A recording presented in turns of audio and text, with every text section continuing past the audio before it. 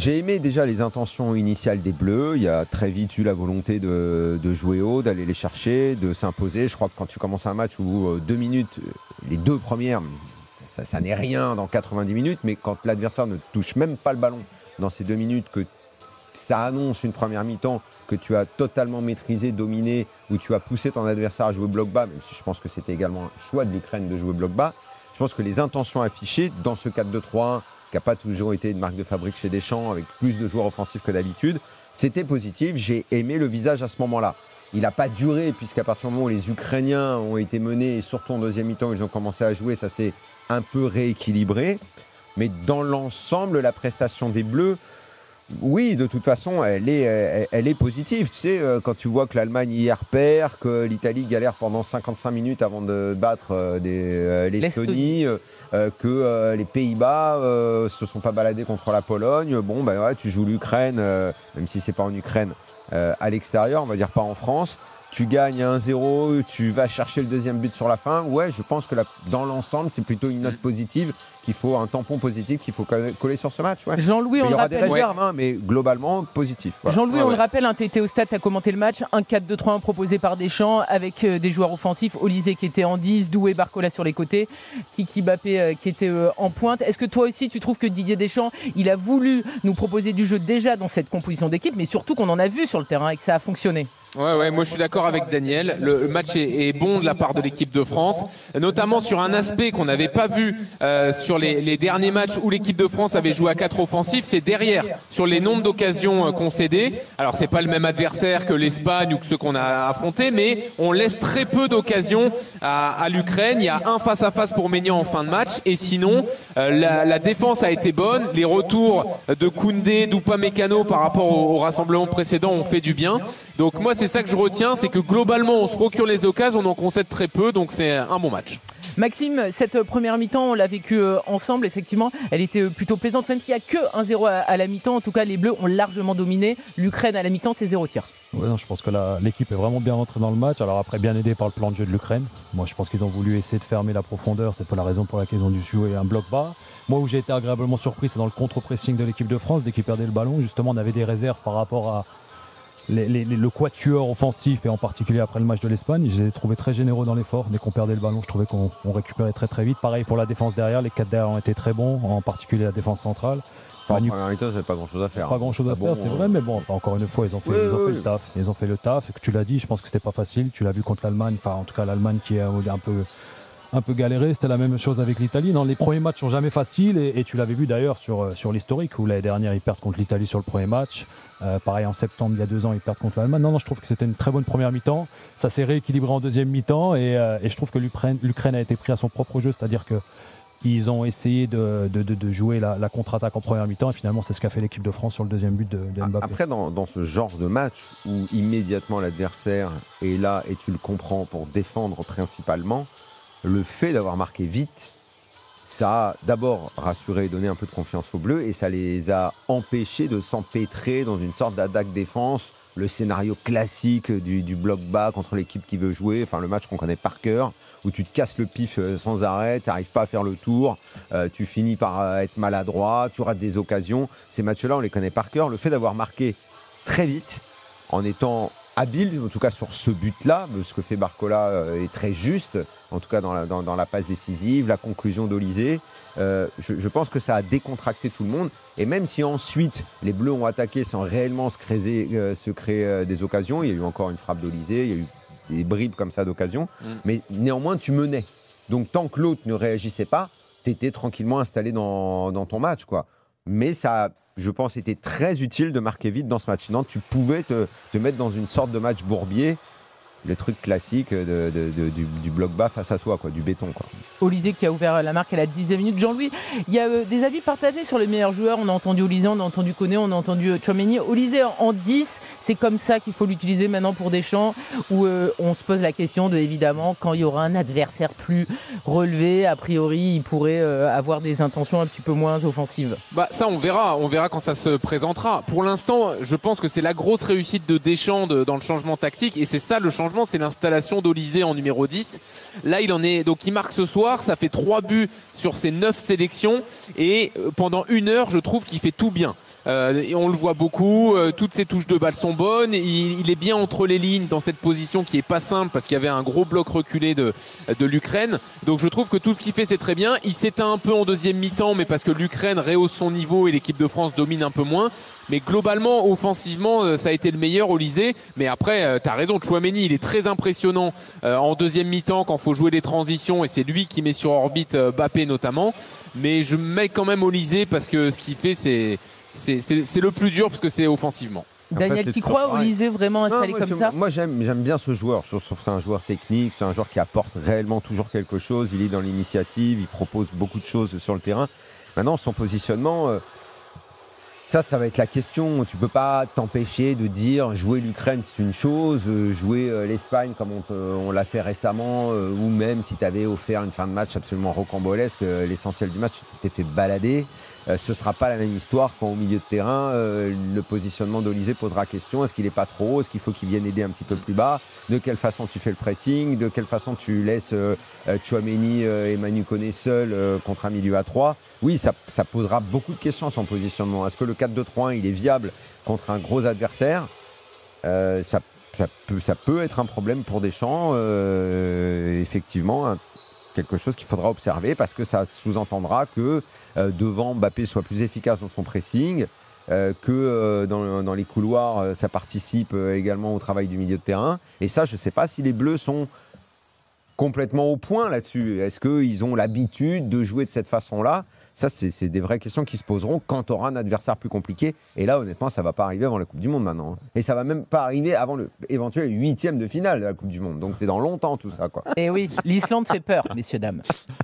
T'avais raison pour le sourire, hein. Franchement, c'est vraiment bien entendu, il avait vraiment le sourire. Et ben pourtant, il avait le sourire après le match, tu vois. C'est peut-être parce qu'il sait qu'on l'écoute. Il est stressé, Didier. Didier Deschamps, en tout cas, sélectionneur des Bleus, qui avait le sourire, mais qui l'a perdu en nous attendant. Je ne sais pas, en tout cas, le succet de 2-0 est c'est toujours tellement bizarre l'analyse. On a gagné que 2-0, on a eu des occasions, mais eux aussi, ils ont eu 3 occasions. Donc, enfin, oui, bah, t'as marqué 2 buts, t'as eu, on va dire, 2-3 occasions nettes, eux aussi, ils en ont eu. Mais je comprends pas le commentaire, en fait, de dire. Non, franchement. Les débriefs de match de Deschamps, on n'en peut plus. Si toi tu comprends mieux, quoi. Non, on n'en peut plus des débriefs de match de Deschamps. On comprend pas. C'est quoi? Ça veut dire quoi sans débrief? On a gagné que 2-0. Bah, les autres aussi, les occasions, ils auraient pu les transformer. Donc ça aurait fait quoi? Ça aurait fait 4-2, ça aurait fait 4-3. Je sais pas. Enfin, c'est nul de dire. Enfin, pardon. Non, mais. Daniel, écoute, on commence avec une victoire des Bleus. T'as pris du plaisir. Ne ratatine pas tout de suite Didier Deschamps. Moi, j'ai trouvé le match. Moi, je te parle juste de sa réaction. Je sais pas. Il aurait dû dire quoi? Non, mais alors, on va pas faire comme ça. C'est toi plutôt qui va me dire ce que tu as compris dans ce qu'il dit. Non, mais attends, moi, Daniel, ma théorie, c'est que. Non, mais elle va m'expliquer ce qu'il a dit. Il te dit que les Bleus ont dominé en première période, qu'ils auraient dû en mettre plus, qu'en seconde, comme souvent, quand tu as un avantage, tu te Il a dit ça? Non, mais c'est ce qu'il veut dire. Évidemment, en seconde période, tu es un peu moins concentré, donc tu laisses l'adversaire espérer, mais comme tu es une équipe faite... Donc, en fait, c'est parce que les Bleus étaient moins bons que les autres ont mis aux cases. Et comme tu es une équipe signée Didier Deschamps, tu donnes le coup de grâce à la fin. Merci, au revoir, 2-0, on remballe. Voilà, c'est ce qu'il voulait dire. Moi, j'ai une autre théorie, c'est qu'après les matchs, il prend une réponse où il redécrit le match. Où il raconte les occasions d'un côté et de l'autre, ça lui fait une question d'économiser comme ça, il n'a pas à se mouiller, il n'a pas à analyser, et voilà. On attend les autres. Bon, bah alors le vrai score du match, c'était quoi, Jean-Louis, pour toi, vu la physionomie de la rencontre? Bon, le vrai score du match, c'est 3-1 pour la France, si tu veux, si on met les occasions, parce que l'Ukraine aurait mérité. Je sais pas, concept là. Par rapport à ce que dit Didier, parce que. Ah bah non, mais toi tu réagis à un truc qui dit déjà qu'on comprend pas, donc c'est pour ça que je te dis que essayer de refaire le scénar du match, on aurait dû faire ça, on en a mis que 2, mais peut-être. Enfin, c'est pas une analyse de match, ça. Max, t'en penses quoi? C'est une analyse de match, ça? Non, c'est pas une analyse de match. C'était la première question, les gars, on se calme. Hein. Non, mais d'autant plus qu'on parle de 1 but pour l'Ukraine, mais bon, il y a 2 ou 3 occasions franches. Hein. Il y a la tête de Konaté qui sauve, il y a le poteau, il y a aussi le face-à-face avec Maignan. Donc, non, en effet, ça fait 2-0, ça peut finir sur 3-2 pour l'Ukraine, je suis d'accord avec toi, finalement 2-0. Retenons que les Bleus ont gagné 2-0, que dans un moment critique, Mbappé les a tirés de la mouise en allant mettre... Critique, carrément, toi. 1-0, la deuxième mi-temps, elle est pas méga maîtrisée quand même. Ils ont un temps faible, Enfin, critique, ça me paraît être un petit peu si tu veux, j'enlève le mot critique et je dis. Je suis d'accord, non, ils ont eu du mal. Hein. Ouais, c'est compliqué. Il y a un monde où ce match-là, il peut se terminer sur un mauvais 1 partout à un moment. Ça ne veut pas dire que les Bleus n'auraient pas mérité. Moi, j'ai dit, les Bleus méritent leur victoire. Il n'y a aucun problème. Ils méritent, ils dominent l'ensemble, ils ont plus d'occasions. J'ai aucun problème à dire ça. Mais on en a déjà vu des matchs où tu domines, où tu mérites de gagner et où ça se termine sur un mauvais 1 partout. Et sur la fin, que sur un ballon de récupération et de transition. On ne va pas découvrir maintenant que Mbappé est meilleur quand il a de l'espace, parce qu'il faudra également parler de sa première mi-temps. Je trouve Jean-Louis très indulgent. Parce il a parlé de l'attitude. Il voulait qu'on parle de Mbappé, on va en parler. Il est jamais à l'aise quand il y a un bloc bas, et encore plus quand il joue neuf. En revanche, dès qu'il y a un petit peu d'espace, là, il fait ce qu'il sait faire le mieux. Zabarni, le nouveau défenseur du PSG, il s'est fait retourner les reins. Et il a pris, il a assis la victoire des Bleus. Mais sur Mbappé, on est d'accord. Hein. Moi, j'ai trouvé que l'état d'esprit était parfait, l'attitude était parfaite. Il a lancé des pressings, il a couru, il a encouragé tout le monde. Ça, il n'y a pas de problème. Par contre, ce que je le disais pendant le match, techniquement, c'est insuffisant pendant 1 heure, jusqu'à ce que les espaces s'ouvrent et qu'il ait enfin sa vitesse qui peut s'exprimer. Mais sinon, dans le petit jeu, il y a eu des passes ratées qui, malheureusement, sont trop handicapantes. Oui, mesdames et messieurs, nous accueillons Karim, supporter évidemment de l'équipe de France. Bonsoir Karim, on est ravis de t'avoir avec nous sur RMC. Tu as pris du plaisir ce soir en voyant l'équipe de France, une équipe de France offensive et donc ce succès de 2-0 ? Bonsoir à tout le monde, bonsoir l'équipe. Salut Karim. Pour être tout à fait honnête avec vous, c'est rare que je prenne plaisir à regarder l'équipe de France, mais ce soir j'ai pris plaisir quand même, effectivement. J'ai regardé le match bien attentivement. J'ai franchement mention spéciale vraiment pour Tchouaméni, franchement exceptionnel. Franchement, passe laser, mais c'est un truc de fou ce mec. Trop sous-estimé à mon goût. Trop sous-estimé, c'est parce qu'il n'a pas toujours été, été excellent en équipe de France. Okay. Pas tous en même temps. On t'écoute, Karim. Dans l'attitude, ok, effectivement, Jean-Louis en a parlé. Enfin voilà, il a été bon, il a remonté le moral des joueurs et tout, mais il a pas fait un match exceptionnel. Mais franchement, moi je pense que de ce match-là, il faut vraiment ressortir des individualités, notamment Tchouaméni. Au lycée, Tchouaméni, c'est les deux que moi je ressors de ce match-là, vraiment de très bon augure pour l'avenir de l'équipe de France. Très honnêtement, très bon. Très bon. Merci beaucoup Karim. Les garçons, c'est vrai que Tchouaméni, ces derniers temps, ça a été compliqué en équipe de France, ça avait été aussi compliqué au Real Madrid. Ce soir, il fait un match plein. Au Lycée, on en a parlé. Il est bien depuis le début de la saison au Real. Oui, mais avec l'équipe de France, ça avait été plus compliqué. Il a aussi été bon ce soir parce qu'il n'y avait pas de pressing. Ça aussi, ça l'aide. Il était face au jeu, sans pressing, c'est beaucoup plus facile. C'était la même chose pour Koné. Il était très bon.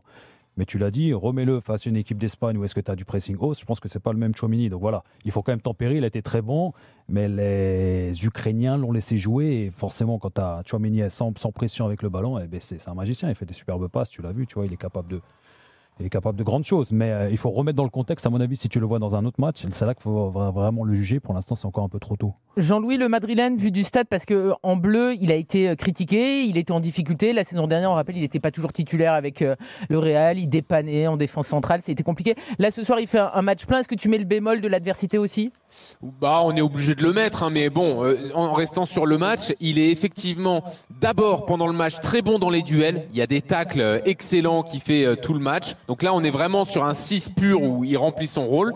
Et un peu plus tard dans le match, quand les espaces s'ouvrent, là, il a ses belles passes, ses transversales pour compléter sa rencontre. Et je trouve la complémentarité avec Manu Koné très bonne. C'est-à-dire que Tchouaméni reste vraiment fixe devant la défense. Manu Koné, il porte un peu plus le ballon pour aller percuter. Je trouve que cette doublette fonctionne bien.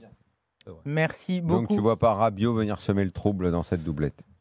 Écoute, je pense que Rabiot avec deux milieux surtout. Voilà, c'est si on passe à 3, c'est Rabiot tout de suite. Rabiot qui est rentré dans une position de milieu offensif gauche un peu bizarre à la Matuidi 2018.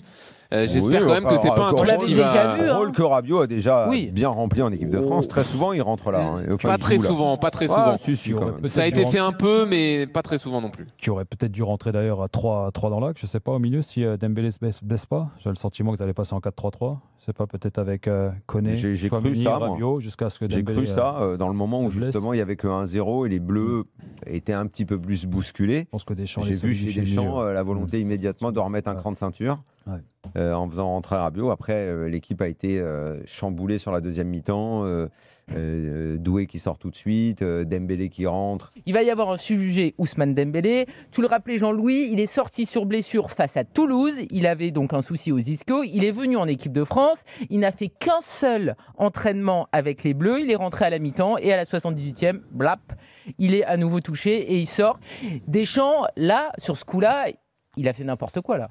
Bah moi je trouve qu'il y a une erreur de gestion de la part de Didier Deschamps. Alors subie parce que je pense que l'idée c'était qu'il joue une partie du match, voire peut-être pas du tout si le match tourne bien, mais il y a la blessure de Désiré Doué et là le fait de faire rentrer Dembélé pour au moins 45 minutes, bon je suis pas convaincu du truc, sachant que tu l'as rappelé, il a qu'un entraînement collectif dans les jambes et surtout il a une alerte musculaire il y a 6 jours.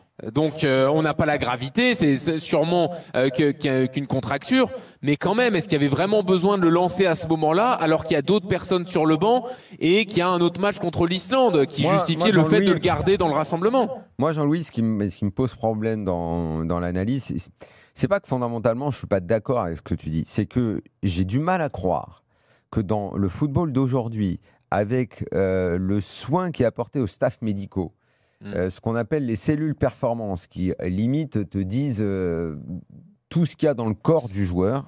J'ai du mal à comprendre comment un sélectionneur peut faire entrer un joueur s'il n'est pas convaincu, s'il n'a pas un feu vert total du staff médical. Donc, soit le staff médical, parce que ce que tu dis... Ah, je me suis dit la même chose que toi. Ce que tu dis, en fait, je veux bien l'entendre, mais alors il faut aller au bout du truc. Donc, ça veut dire que tu sous-entends que le staff médical n'a pas donné un feu vert total et que Deschamps a donc pris un risque avec la santé d'un joueur. Tu es obligé d'aller au bout de ton raisonnement. Ou que le joueur a dit au staff médical... Non, mais il ne dit plus rien. Le joueur, il dit plus. Quand tu as un staff médical comme ça, le staff, il dit au joueur, le joueur, il ne va pas forcer une décision. C'est déjà arrivé plein de fois, Daniel. Alors, pour des matchs importants, là, c'est un match en bois. Mais enfin, un joueur qui te dit je peux jouer, au final, il peut pas. Non. Le joueur, aujourd'hui, les staffs, ils sont tellement costauds pour qu'un joueur vienne et dise je joue, alors que le staff dit tu joues pas. Non, mais ça peut être un entre-deux. Mais Daniel, moi je pense aussi qu'il y aurait pu y avoir une précaution supplémentaire prise par Deschamps. Son staff médical lui dit feu vert. Lui, il a été joueur, il sait ce que c'est. Il y a une alerte musculaire le samedi. Non. Les staffs médicaux, ils sont trop au point aujourd'hui pour qu'il y ait encore ce genre de discussion. Mais ça arrive tout le temps, Daniel, quand même. Non. Si le staff médical, il est regarde Daniel, il le met pas titulaire. Il le met pas titulaire. Pointu. Mais alors, c'est justement, s'il a joué, c'est qu'il était prêt à jouer. Exactement. Et dans ce cas, pourquoi il commence pas le match?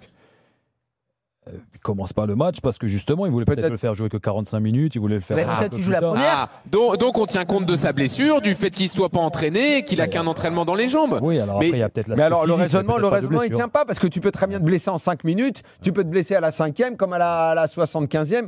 C'est cette histoire de. Moi je pense qu'il n'était pas prévu qu'il joue autant. Et c'est la blessure de Doué qui provoque ça. C'est quoi qui s'est fait, Max? C'est une élongation qui se fait à la cuisse derrière. Bon, une déchirure. On voit tout de suite la pointe quand il. S'il y a risque qu'il se fasse ça, que tu joues 90, 30 ou 20, honnêtement, tu vas te le faire si tu dois. Surtout en règle générale, quand tu es remplaçant, tu t'échauffes moins bien. Donc tu vois, c'est fort possible que tu le refasses. Donc limite, tu prends encore plus de risques. Donc je ne comprends pas. Je ne comprends pas. Alors il y en a beaucoup qui ne comprennent pas, et notamment des supporters parisiens. On accueille Ahmed, supporter du PSG. Ahmed, forcément, toi, tu es très déçu parce que Dembélé, c'est un joueur majeur du PSG depuis maintenant quelques mois. Et tu ne comprends pas la gestion de l'équipe de France. Merci de la parole. Oui, je suis fou de rage. Parce qu'il se blesse déjà dans la grande équipe de France en juin. Et on le perd pour la Coupe du Monde des clubs. Donc ils savent quand même qu'il a une faiblesse à cet endroit-là. Il est convoqué. Alors juste en conf de presse, Deschamps a dit que c'était l'autre cuisse. Hein. Là, il est touché à l'autre cuisse que celle de Toulouse. On va l'écouter dans un instant. Ah bah voilà, pardon. Mais là, tu es dans un joueur qui est... Déjà, je comprends pas le PSG, la faiblesse du PSG, qui doit dire au joueur, tu restes là. Tu es déjà blessé, tu restes là. Le Real se serait fait respecter, le Barça se fait respecter, le PSG ne se fait pas respecter. Dembélé, il n'est pas clair. Il doit dire, je ne viens pas, je sors d'une blessure il y a une semaine. Elle est récente, la blessure. Hein. Et là, j'apprends qu'en équipe de France, il est en soins. Depuis quand tu es en soins en équipe de France? Tu es en soins, tu es blessé, tu rentres à ton club. Non, il y a beaucoup de joueurs qui vont en soins dans les sélections. Ça arrive parce que les sélectionneurs aiment bien que les joueurs... En Italie, il y a beaucoup. Pour participer à la vie du groupe, ça arrive. Mais moi, ce que tu dis, je l'entends, mais encore une fois, ça sous-entend des problèmes dans le staff médical, un entraîneur qui gère pas bien. Il faut aller au bout du truc. Moi, je ne crois pas aux histoires de malchance dans ces cas-là. S'il joue, c'est que quelqu'un a dû dire il n'y a pas de risque de blessure. Parce que si tu joues en disant ah, il y a risque de blessure si tu joues, ben, on est au-delà de la faute. On est au-delà de la faute. Donc, il se blesse à l'autre cuisse. Peut-être que c'est parce qu'il compense sur l'appui et tout.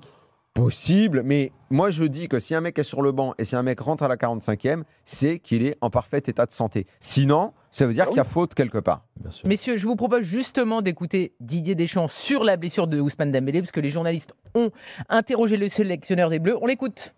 Ousmane, malheureusement, est rentré à la mi-temps, puis il a dû ressortir après son petite alerte à Toulouse. Est-ce que pour vous c'était sûr qu'il pouvait jouer Bah oui, autrement je le fais pas rentrer. En plus, c'est l'autre cuisse, même si il n'a pas ressenti un truc violent, mais à partir du moment où c'est parce qu'il était dans de bonnes dispositions. Après, malheureusement pour lui, c'est arrivé, ça peut arriver à quelqu'un qui a rien avant. Voilà, mais si je le fais rentrer, autrement, j'aurais fait rentrer un autre joueur, mais de par déjà lui ce qu'il pensait et la situation médicale où il n'y avait pas de moindre appréhension ou quoi que ce soit. Didier Deschamps sur la blessure de Dembélé, mais il est obligé de protéger son staff médical. Je dis ça n'est pas possible. On n'est pas dans les années 80. Aujourd'hui, tu sais, moi je n'accepte pas qu'aujourd'hui on vienne dire ouais ils ont pris un risque, ils l'ont flingué et tout. Le mec il a fait, dans ces cas-là il faut refaire le film. Le mec il a fait 60 matchs, ils sont allés faire un mondial des clubs complètement bidon. Il y a pas un mec qui a moufté à ce moment-là. Tous les supporters du PSG, c'était formidable, le staff, il a raté le début de la Coupe du Monde des clubs, rappelle-toi, parce qu'il était blessé en bleu. Il n'empêche qu'il a quand même joué ce mondial qui était une compétition supplémentaire. Ils ont repris la saison. Moi, je pensais très honnêtement à la reprise de la saison, il ne jouerait quasiment pas, qu'on ne le verrait pas. Il a quand même joué à tel point que j'arrivais, je disais tout le temps, je ne comprends pas ce qui se passe, je ne comprends pas que les mecs jouent autant, c'est trop. Il y a eu la Super Coupe, le championnat. Moi, je me souviens, après la Super Coupe, je dis, l'équipe type, on ne la revoit pas avant la trêve internationale. Le match d'après, oh, il est con, Riolo. Bim, ils ont remis l'équipe type. Mais à un moment, tu vas payer un moment. Ouais, c'est normal. Doué se blesse, Dembélé se blesse. On va pas être étonné après la saison qui s'est passée. Varane s'est blessé aussi. Ils n'ont pas arrêté. Mais du coup, moi je trouve qu'il faut prendre encore plus de précautions en sachant tout ça. Mais il n'y a pas à prendre de précautions. C'est des matchs de qualif de mondial. Mais si tu es sacré. C'est l'Ukraine, Daniel. Tu sors d'une saison à 60 matchs, tu t'es blessé samedi, tu prends des précautions. Ou au staff médical. Le staff médical aussi peut prendre plus de précautions. C'est pas que le sélectionneur. Peut-être qu'ils ont donné un feu vert. Je suis pas médecin. Non, mais bon. Moi, je suis pas médecin, moi. Je parle juste d'un principe de précaution. Mais toi, t'en sais rien, t'es pas médecin. Non, je parle d'un principe de précaution. Maxime, toi, t'es un ancien joueur. Si le joueur a dit qu'il était en mesure de jouer, croyez-moi, c'est qu'il a pu jouer. Sinon, ils n'auraient pas pris le risque. Ces intérêts financiers. Par contre, ce qu'a dit l'auditeur, et c'est intéressant, c'est comment se positionne le PSG. Tu sais que tu as une possibilité que ton joueur se blesse quand tu arrives en équipe nationale. Enfin, moi, je suis sur le PSG avec les intérêts financiers qu'il y a. Je suis pas sûr que je l'aurai en équipe nationale. Alors après, mais c'est obligatoire. Mais tu n'as pas le choix. Tu peux pas refuser. Mais encore une fois, tu arrives et donc tu te retrouves face à ton staff médical de l'équipe de France et donc tu fais montrer ta blessure. Si tu es blessé, tu rentres en club. Si tu n'es pas blessé, c'est que tu es en mesure de pouvoir jouer. Le scénario, à mon avis, si je peux me permettre, c'est qu'il devait être prêt pour le deuxième match. Ça, c'est une certitude. Il devait pas rentrer ce match aussi. Et parce que je pense également que Dembélé, il n'avait pas envie de zapper le truc. Il va très probablement être Ballon d'Or dans 2 semaines. Il y a un match des Bleus. Il veut également devenir une star des Bleus parce qu'il y a la Coupe du Monde à la fin de l'année. Arrêtez de penser que le joueur n'est que victime dans cette affaire. Le joueur, il n'est pas victime. Les joueurs, ils ont gagné la Ligue des Champions, ils ont fait une saison de rêve. Derrière, il y a eu le Mondial des clubs. Ils y sont allés jusqu'à la finale. Ils veulent tout croquer. Eh ben, à un moment, tu prends des risques quand tu veux tout croquer. C'est comme ça. Ahmed. Ah non, mais attends, Daniel, là, je suis pas d'accord avec toi. Il veut tout croquer. Il joue tous les matchs qu'on lui demande de jouer.